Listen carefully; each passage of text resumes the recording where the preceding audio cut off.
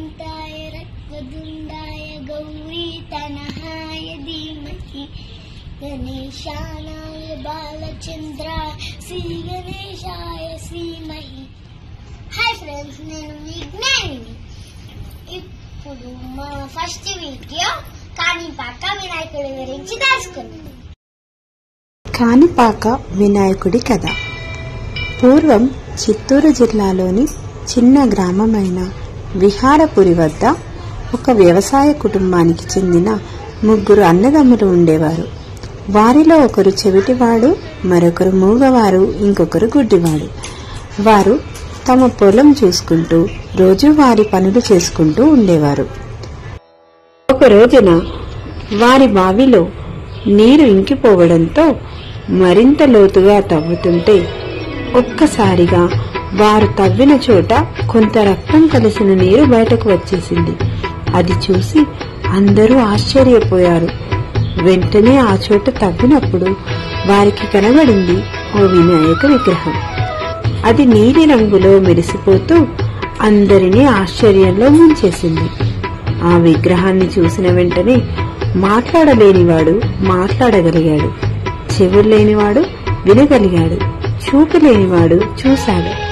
అది అచ్చంగా దైవమాయ అని అందరూ గ్రహించారు. ఈ మహిమ చూసిన గ్రామస్తులు ఆ విగ్రహంనకు కొన్ని వేల కొబ్బరికాయలతో అభిషేకం చేశారు.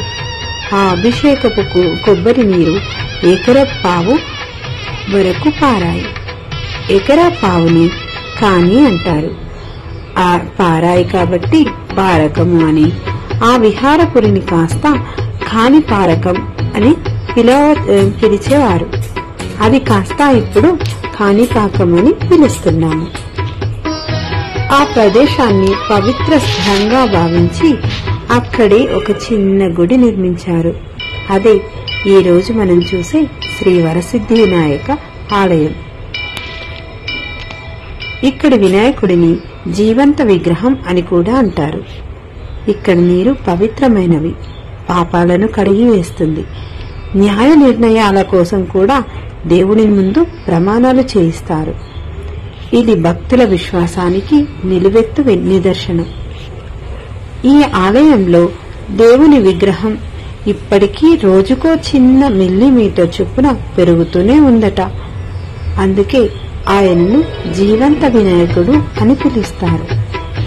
కాణిపాకంకు వెళ్లే ప్రతి భక్తుడు వినాయకుడి మహిమకు మట్టిలో మాణిక్యంగా మారిపోతాడు. ఓం శ్రీ గణేశాయ నమః. ఓం శ్రీ వరసిద్ధి వినాయకాయ నమః. ఈ వీడియో మీకు నచ్చినట్లయితే లైక్ చేయండి, షేర్ చేయండి, కామెంట్ చేయండి. మరి వీడియోస్ సబ్స్క్రైబ్ చేయండి.